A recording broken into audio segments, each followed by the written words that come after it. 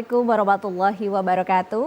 Apa kabar pemirsa TVRI Sumatera Selatan? Senang hari ini saya Nada Nasyaya kembali hadir menjumpai Anda di Zona Tani hari ini.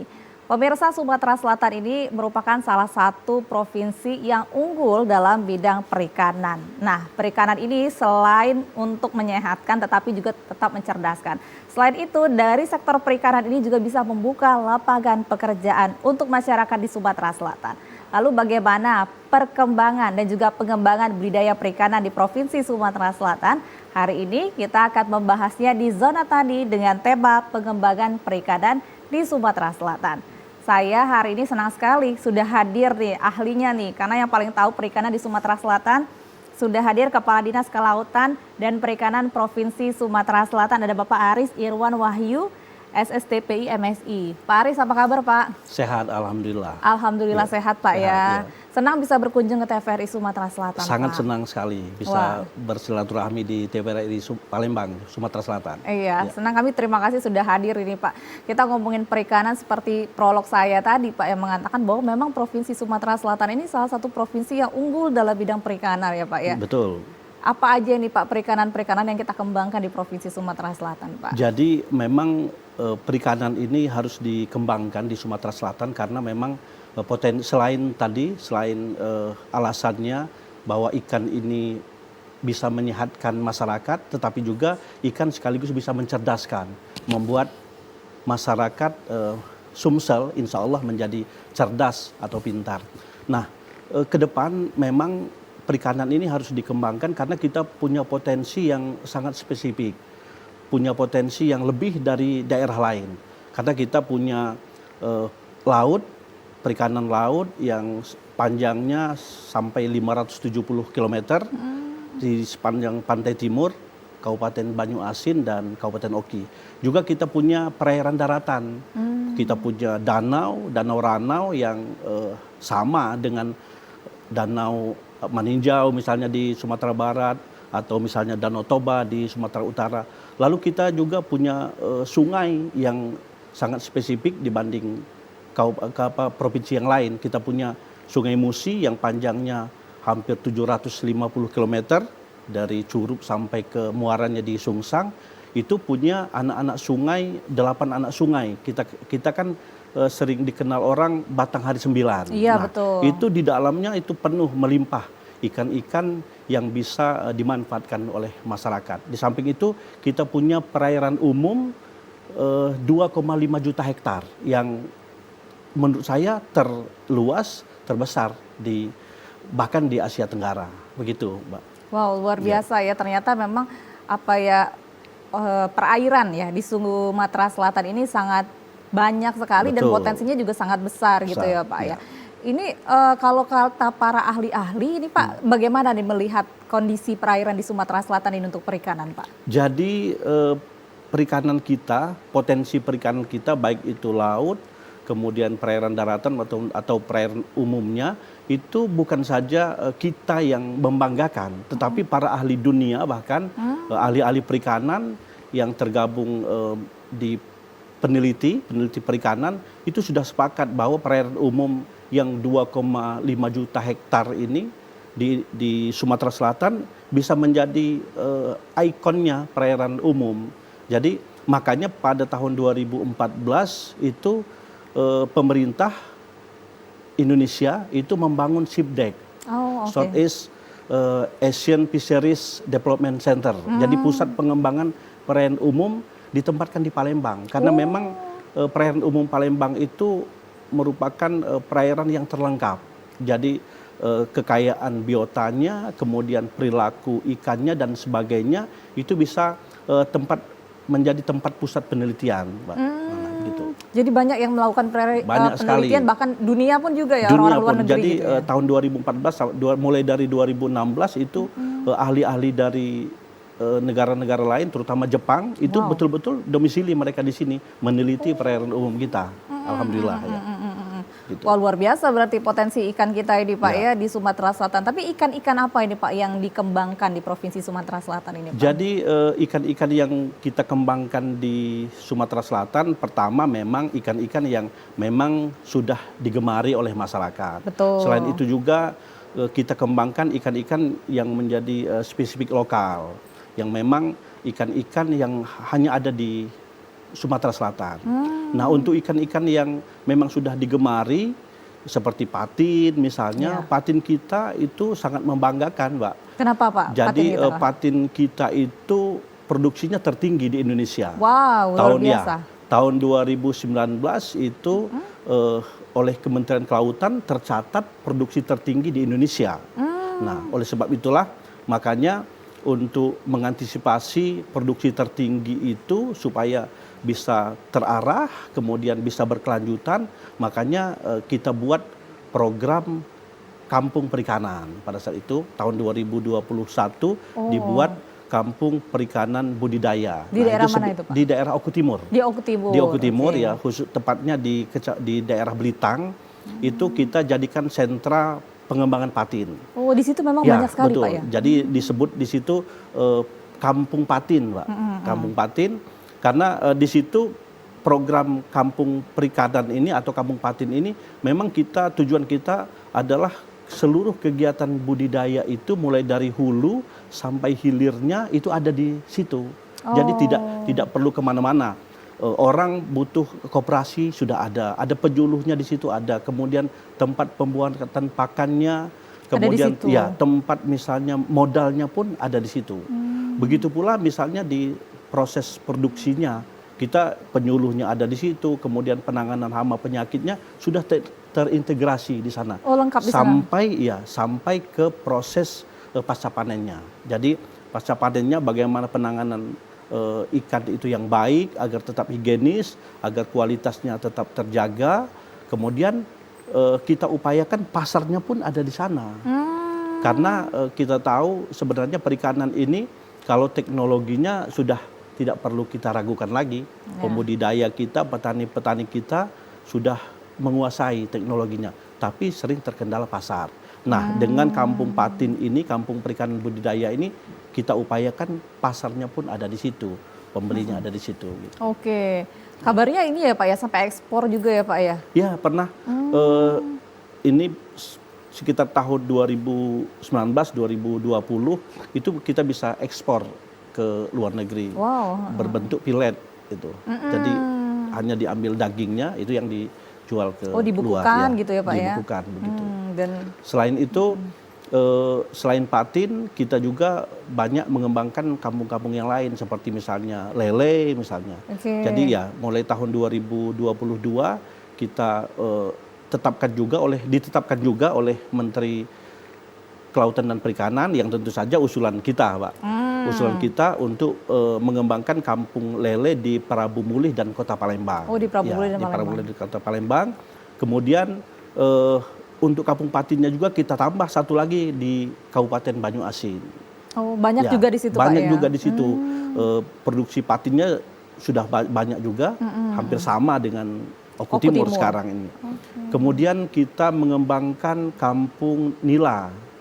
Kampung Nila ya, tahun 2022 kita ditetapkan juga oleh Menteri Kelautan Perikanan Kampung Nila di Musirawas dan tahun 2023 di Musi Banyuasin. Masya Allah. Ya.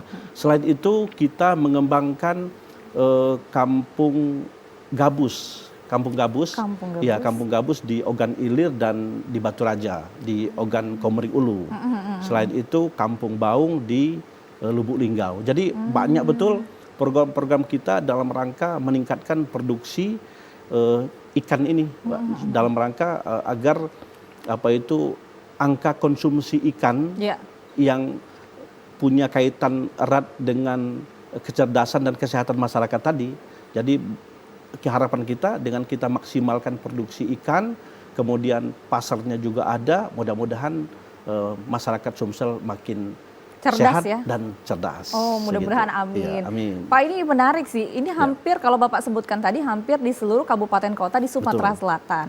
Artinya ini akan ada kampung-kampung itu yang memang menjadi program Bapak nih ya di Dinas Kelautan dan juga Perikanan ini Pak ya? Iya, jadi kolaborasi ini, jadi kolaborasi antara provinsi dan kementerian.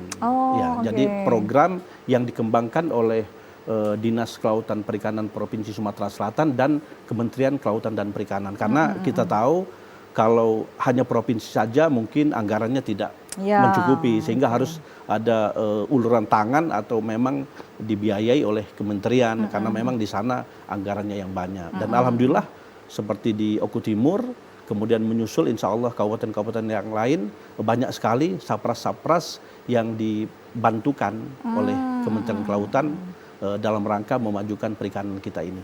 Oke.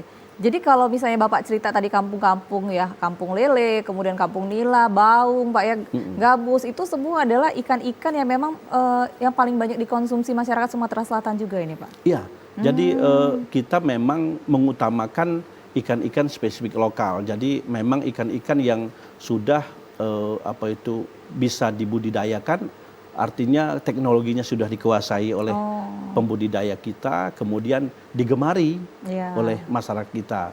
Nah, tetapi kita mungkin mulai tahun 2024 ini justru kita akan lebih fokus lagi ke ikan spesifik yang lain seperti gabus nih. Nah, nanti kita akan bahas di 2024 pengembangannya apa. Kita harus iklan dulu ini Pak, nggak boleh, terasa Pak ya. Boleh. Pemirsa, semakin menarik perbincangan kami bersama dengan Pak Aris, tapi tetaplah bersama kami di Zona Tani berikut ini.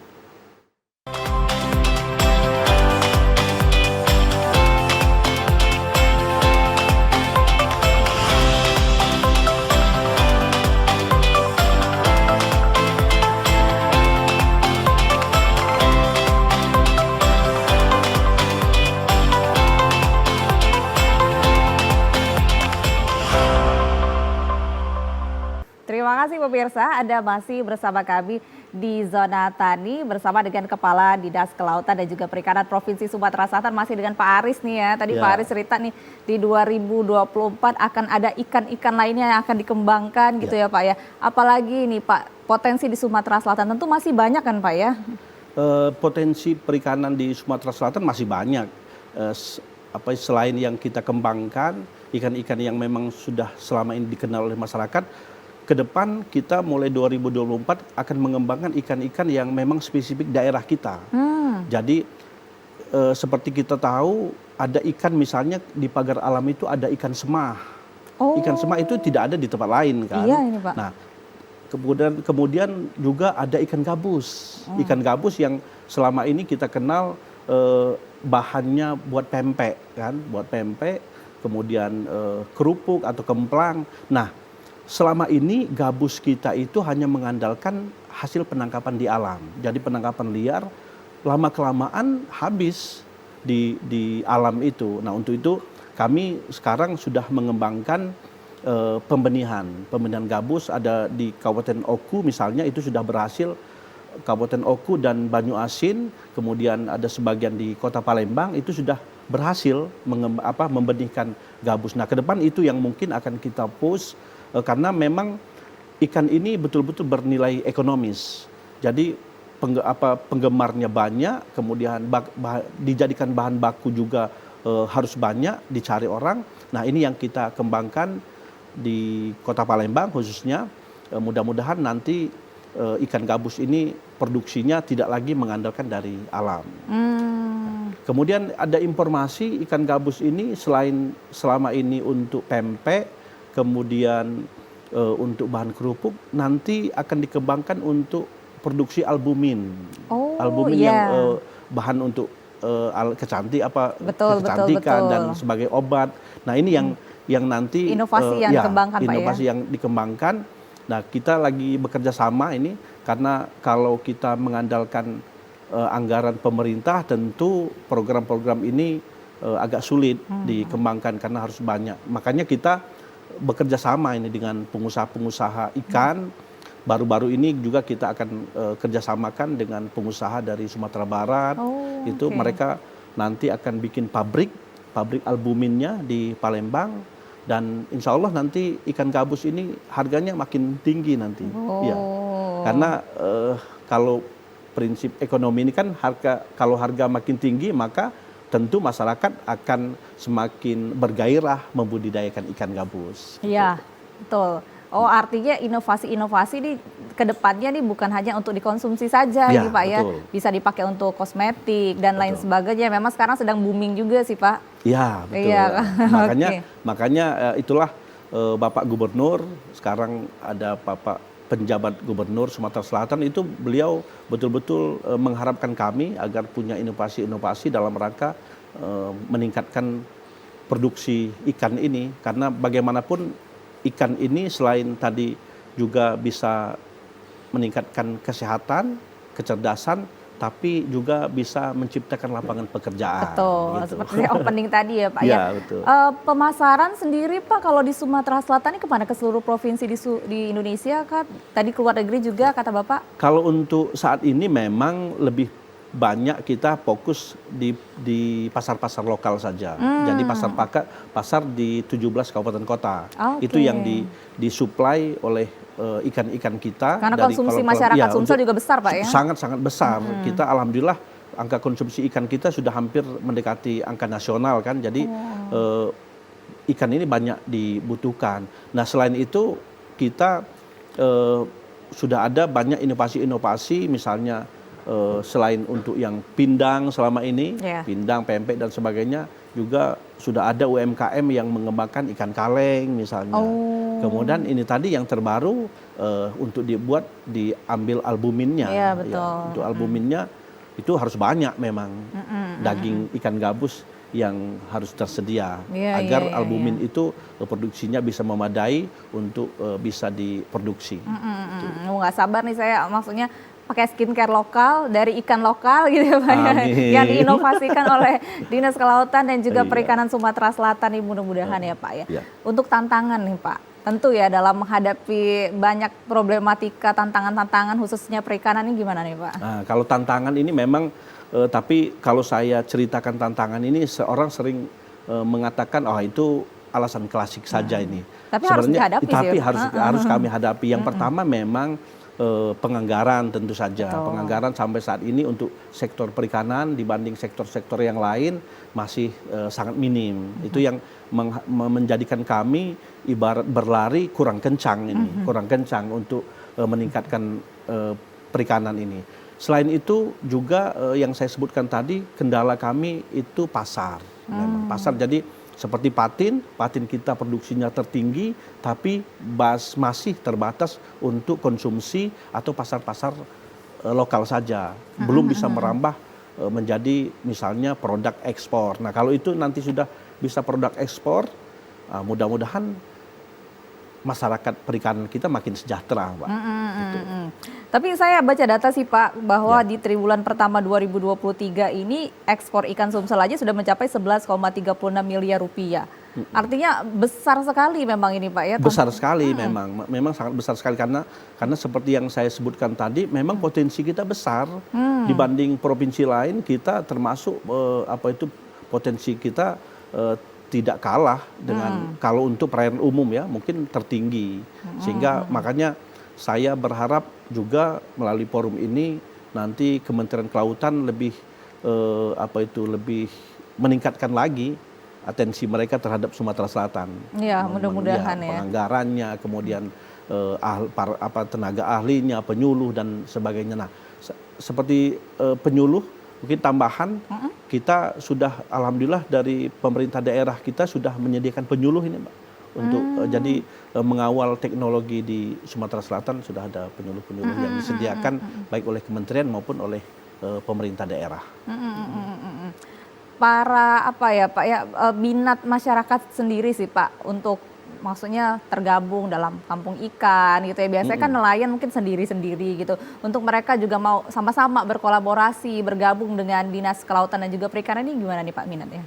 Minatnya sangat tinggi nih. Jadi terbukti sekarang itu kelompok-kelompok binaan kita makin hari makin banyak. Terbukti kita kan ada kartu kusuka ini. Jadi kartu anggota kelompok perikanan itu semakin hari permintaannya semakin banyak. Nah itu membuktikan bahwa minat masyarakat itu semakin hari semakin tinggi.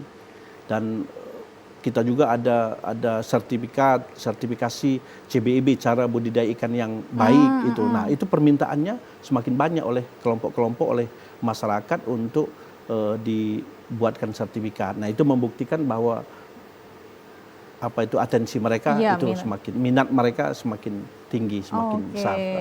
Pak Aris, waktu kita nih tinggal sebentar lagi, sayang banget nggak kerasa Pak ya, Iya, tapi iya. kan saya minta harapan ya, tentu harapan Bapak, ini awal tahun masih 2024 kita menginginkan program-programnya terus dan inovasi-inovasinya terus berkembang, ini gimana nih Pak? Harapan saya sesuai dengan tupoksi kami, mudah-mudahan ke depan mulai tahun 2024 ini produksi, terutama produksi perikanan itu semakin tinggi, kemudian masyarakat semakin gemar makan ikan karena harapan kami semakin banyak masyarakat yang mengkonsumsi ikan. Pertama keuntungannya ikan itu sehat, kemudian bisa mencerdaskan masyarakat.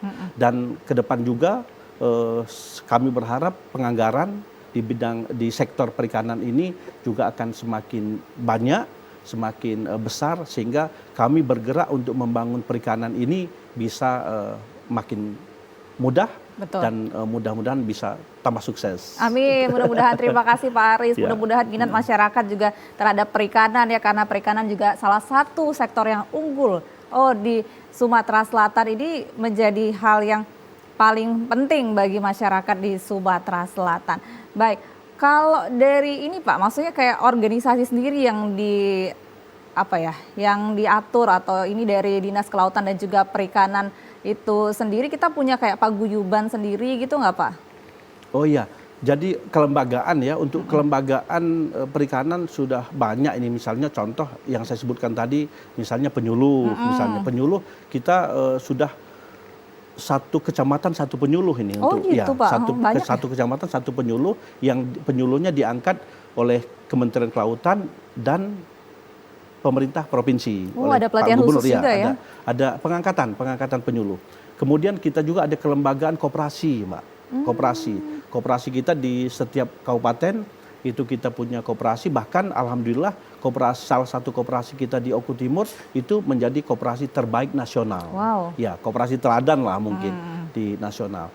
Lalu masyarakatnya sekarang sudah tidak sendiri-sendiri, jadi berbentuk kelompok-kelompok. Jadi ada kelompok-kelompok, setiap desa mungkin ada kelompok, mereka membuat satu komunitas atau paguyuban dalam rangka itu tadi, karena pembinaan kita, kemudian bantuan pemerintah tidak bisa perorangan, Ya, harus betul. melalui kelompok. Jadi sudah banyak sekali ini kelompok-kelompok kita. Oke, artinya dari Dinas Kelautan dan juga Perikanan juga terus mencerdaskan juga ya Pak ya, Betul. terus mengupgrade ilmu-ilmu ya Betul. dengan perkumpulan-perkumpulan itu Pak ya. Ya. Jadi inovasi-inovasi terus dilakukan bagi para nelayan. Oke. Ya. Baik, Pak, terima kasih banyak Pak atas waktunya ini, sayang sekali. Nanti kita ngobrol-ngobrol lagi Pak ya, Boleh, cerita tentang siap. perikanan, karena banyak sekali nih yang harus dikembangkan. Patin tadi udah nomor 1, lele, Ya. lila, baung, wah gabus, enak semua nih, jadi pengen makan siang pindang ini Belum, Pak. nanti momen berikutnya kita udang nanti mungkin, yang betul-betul luar biasa juga produksinya. Siap, Di betul. momen berikutnya, ya. Oke, baik pemirsa, terima kasih atas kebersamaan Anda di Zona Tani hari ini. Mudah-mudahan nih ya, dengan kita ngobrol-ngobrol tentang perikanan ini, pemirsa jadi terinspirasi juga nih. Ternyata memang ikan ini selain kata Pak Kadis tadi, selain mencerdaskan dan juga menyehatkan, tentu membuka lapangan pekerjaan bagi kita semua. Terima kasih atas kebersamaan Anda mewakili kerabat kerja yang bertugas. Saya Nada Nasya pamit, terima kasih dan sampai jumpa.